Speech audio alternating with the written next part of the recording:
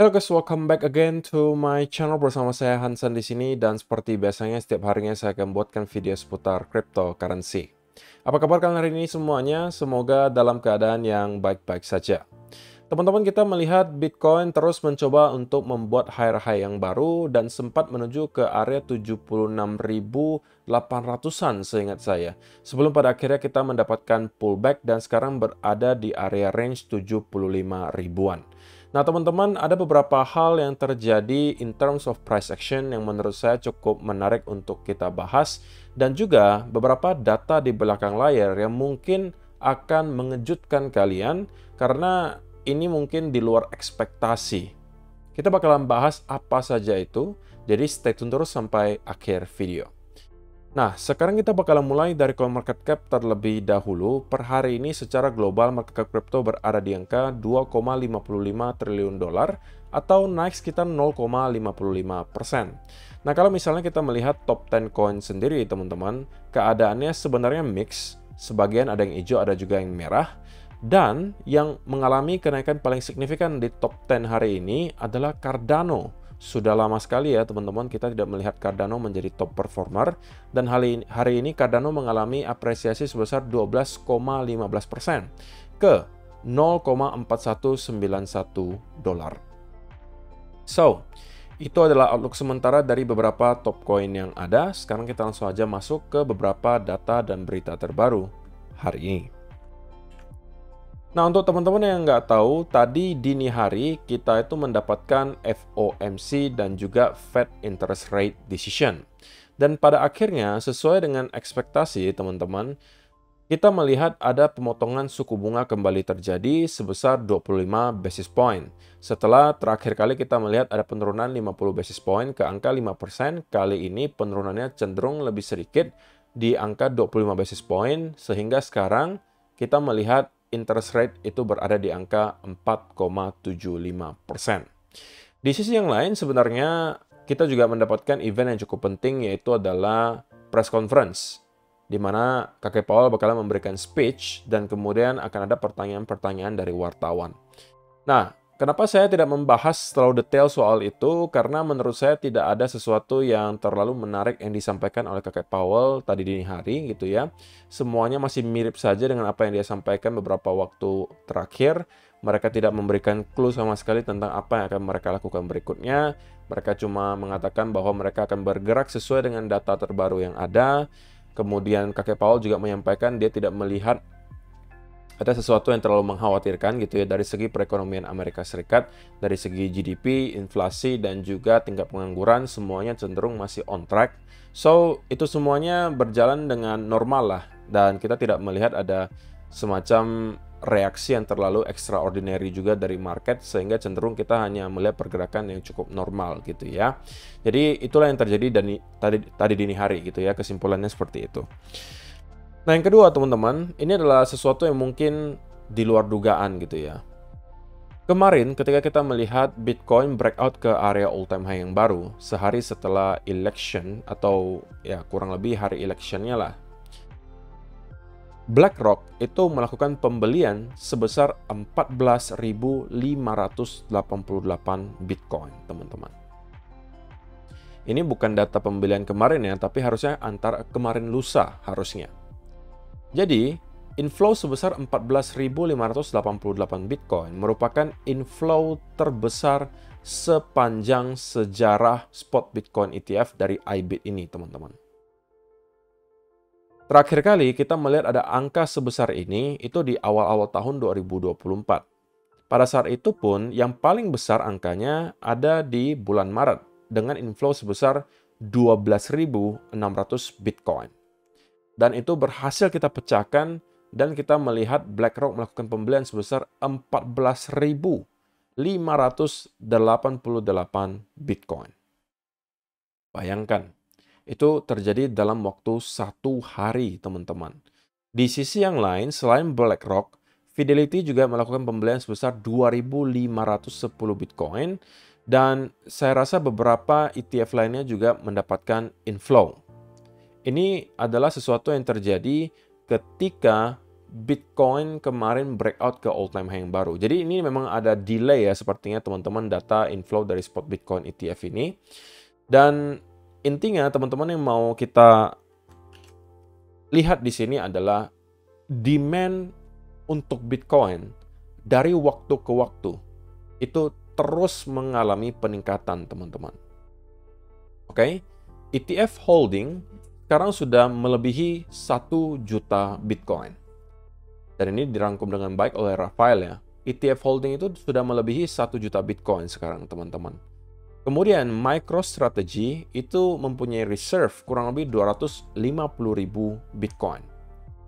Dan ada rumor, ini saya belum double check, ada rumor bahwa Amerika Serikat berencana untuk menerapkan program pembelian Bitcoin tahunan sebesar kurang lebih 200.000 Bitcoin. Nah, ini mungkin kalian harus double check lagi gitu ya. Kalau yang saya tahu dengan pasti merupakan fakta adalah 2 poin yang di atas. Yang ketiga harus di double check lagi kebenarannya. Tapi kalau memang benar, harusnya itu menjadi satu lagi sumber keran demand baru untuk Bitcoin. Meanwhile, teman-teman, di sisi yang lain, kalau kita lihat rata-rata yearly issuance atau rata-rata Bitcoin yang berhasil ditambang per tahunnya, itu hanya ada di angka 164.000 Bitcoin. Sehingga ini lagi-lagi menunjukkan bahwa Bitcoin merupakan salah satu aset yang bisa kita katakan scarce asset. Aset yang sudah mulai langka, teman-teman. Karena supply-nya tidak mampu memenuhi demand yang ada. Kalau kategorinya seperti itu, ya sudah bisa kita kategorikan sebagai barang langka. Dan kalau misalnya kita perhatikan, beauty dari Bitcoin sendiri, selain daripada sekarang demand-nya sudah jauh melebihi supply-nya, per 4 tahun sekali akan ada halving terjadi. Di mana berarti issuance dari Bitcoin akan kembali berkurang setengah. Jadi jumlah Bitcoin yang bakalan berhasil ditambang itu kembali akan berkurang 50%. Dan halving berikutnya itu di tahun 2028, teman-teman. Dan kalau misalnya kita sudah bicara soal terlalu banyak demand, sedangkan supply-nya sangat terbatas, cepat atau lambat, yang terjadi adalah harganya yang harus mengalami kenaikan. Sama saja kalau misalnya teman-teman melihat jam tangan yang langka gitu kan, misalnya Rolex tipe tertentu hanya diproduksi misalnya 200 piece atau 300 piece di seluruh dunia. Harganya itu terus-menerus akan mengalami kenaikan, teman-teman. Kenapa? Karena barangnya langka. Ya kan? Sedangkan yang pengen punya itu banyak. Sama juga dengan Bitcoin. Walaupun sesekali kita pasti akan mendapatkan yang namanya koreksi, akan ada konsolidasi. Tapi dari tahun ke tahun, teman-teman, kalau kita tarik time frame yang cukup panjang, minimal 4-5 tahun sekali, kita akan melihat Bitcoin break ke area all time high yang baru. So, itu adalah sesuatu yang sangat-sangat menarik. Yang sangat-sangat jarang kita bisa temukan. Di mana kita mendapatkan ada sebuah aset yang supply-nya itu difixkan di angka 21 juta, oke? Ini bahkan lebih scarce daripada Rolex mungkin. Rolex mungkin masih ada potensi bisa diproduksi lagi, walaupun ya mungkin tidak semua tipe seperti itu. Tapi mungkin ada tipe-tipe tertentu yang bakalan bisa diproduksi lagi gitu kan, karena misalnya demand-nya terlalu besar atau bagaimana. Itu kan ada kemungkinannya bisa aja teman-teman diproduksi lagi. Tapi kalau misalnya Bitcoin, tidak ada yang bisa mengubah programnya teman-teman. Semuanya memang sudah ditakar dari awal. Itu adalah matematikanya, sudah diprogramkan. Setiap 4 tahun sekali akan ada halving, di mana rewards para miner bakalan dipotong setengah, dan jumlah maksimum Bitcoin yang bakalan ada, itu hanya di angka 21 juta. That's it. Itulah kenapa kita terus melihat harga Bitcoin mengalami kenaikan. So, apa yang terjadi dalam beberapa waktu terakhir, teman-teman? Satu berita baiknya adalah kita telah berhasil mendapatkan 2 candle daily di atas area all-time high terakhir. Itu berita baiknya. Berita yang tidak terlalu baiknya adalah sampai detik ini pun, teman-teman, kita sepertinya belum melihat Bitcoin berhasil untuk menjauhi area all time high sebelumnya. Oke, dan itu yang mau saya lihat segera terjadi sebenarnya. Karena kalau misalnya kita terlihat kesulitan untuk bisa menjauhi area all time high sebelumnya, teman-teman, dan kita justru kembali mengalami sell off misalnya dari sini, apalagi kalau break kembali di bawah area all time high terakhir, yang menunjukkan bahwa rupanya buying pressure selama beberapa bulan terakhir ini memang cenderung tidak terlalu atau tidak sebesar yang kita kira gitu loh. Karena kita juga telah berhasil breakout ke area all time high yang baru, tapi kita tidak berhasil menjauhi area all time high sebelumnya. Nah, itu yang masih menjadi satu kekhawatiran bagi saya gitu. Saya khawatir bahwa ini adalah sebuah fake out. Tapi saya tidak mengatakan itu yang persentasenya paling besar untuk terjadi ya teman-teman. Saya cuma khawatir saja, jangan sampai terjadi. Itu yang saya harapkan juga, karena kan saya juga investor teman-teman. Saya juga pengen Bitcoin bisa mungkin besok tiba-tiba ke angka 100.000 atau 120.000 dolar. Tapi kita tetap harus objektif ketika kita memantau chart. Itu yang selalu saya mau garis bawahi. Terutama untuk teman-teman yang merupakan traders. Kalau kalian trading, kalian nggak bisa memanfaatkan atau memfokuskan diri kalian melihat chart itu dari segi harapan kalian. Kalian harus melihat chart secara objektif. Trade what you see, not what you think. Jadi, tradinglah apa yang kalian lihat, bukan apa yang kalian pikirkan. Kalau kalian punya asumsi, kalau kalian punya harapan, itu boleh-boleh saja. Tapi, kalian harus tetap objektif menilai chart. Untuk sementara, faktanya adalah kita belum berhasil menjauhi area all time high sebelumnya. Kita masih roughly berada beberapa persen di atasnya, gitu ya. Kalau misalnya kita ukur, teman-teman, dari all time high sebelumnya, kita itu sekarang hanya sekitaran 3% di atasnya. Jadi ini masih daerah rawan, teman-teman. Menurut saya ya, masih daerah rawan. Saya maunya kita menjauhi area ini, kalau bisa break di atas 80.000 dan start mendapatkan konsolidasi. Saya rasa itu sudah merupakan sebuah checkpoint gitu ya. Kalau misalnya kita main game, sudah ketemu dengan checkpoint, ya kita bisa save di sana gitu kan. Kemudian kita nggak bakalan balik lagi ke area-area sebelumnya kan gitu. Nah, kalau misalnya di Bitcoin, saya rasa area checkpointnya ada di sekitaran 80-85.000. Kalau kita hit ke area tersebut dan start terkonsolidasi, saya bisa dengan convince menyatakan bahwa kita sepertinya memang sudah masuk ke fase price discovery.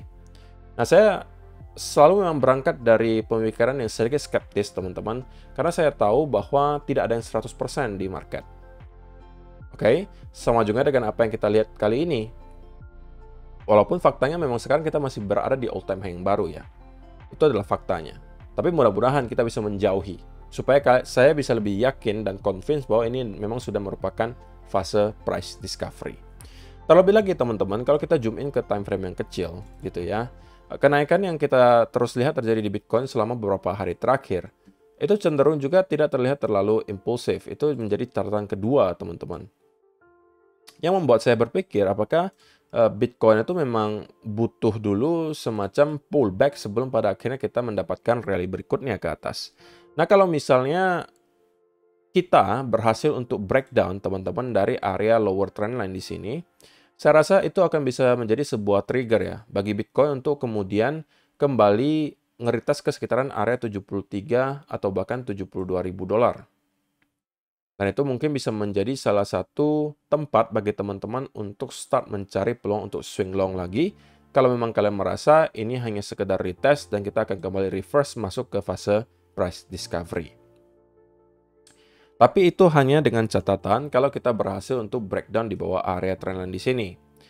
Karena sebelum hal tersebut terjadi, maka masih ada aja chance bahwa kita akan terus merangkak naik ke atas dan bahkan tiba-tiba mengalami rally yang signifikan. Ya kan? Nah, saya mau kasih contoh supaya teman-teman mungkin bisa mendapatkan gambaran lebih utuhnya ya. Dan tidak mengatakan bahwa, Koko mah bilangnya kalau nggak naik turun. Ya, itu siapa juga tahu gitu kan. Nah, yang saya maksud teman-teman adalah modelnya seperti ini ya. Salah satu senario yang bisa terjadi adalah kalau misalnya kita terus-menerus mengalami kenaikan, walaupun tidak impulsif ya. Sama juga dengan apa yang kita lihat di sini, ini kenaikannya nggak impulsif teman-teman di sini. Tapi kita terus membentuk higher high dan higher low. Sampai pada akhirnya kita mendapatkan ada rally yang signifikan di sini. Ya kan? Nah, ini menjadi satu potensi senario yang bisa kita lihat juga sekarang terjadi. Tapi ini dengan catatan, dia nggak boleh breakdown dari channelnya, teman-teman. Kalau breakdown pun secepatnya kita harus kembali reclaim, yang artinya itu hanya sekedar fake out.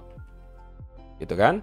Nah, selain senario ini yang bisa terjadi, gitu kan, senario berikutnya adalah kita melihat Bitcoin itu terus membentuk higher high yang baru, tapi tidak berhasil untuk menjauhi area tersebut dan justru breakdown dari trendline. Yang terjadi justru bisa modelnya seperti ini, teman-teman. Kita breakdown dari trendline, dan pada akhirnya itu menjadi top, dan kita kemudian mendapatkan koreksi yang dalam. Oke. Sama juga di sini. Kita terus mengalami kenaikan, ya kan?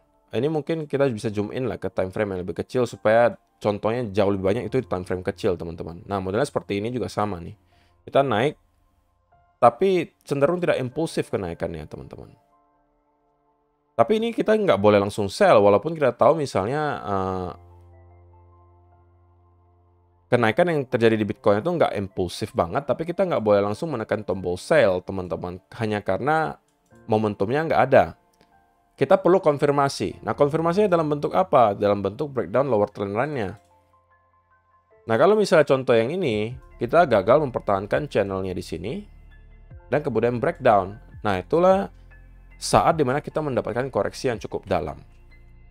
Nah, jadi teman-teman, kalian udah dapat gambarannya gitu, apa yang saya maksud tadi. Jadi ada dua senario yang bisa terjadi di sini. Kalau misalnya kita memang harapannya ya sebagai investor tentunya adalah kita bisa stay di area channel ini dan pada akhirnya breakout di atas area tersebut dan kita mendapatkan rally yang signifikan kemungkinan ke area 80 sampai 85 ribu dolar.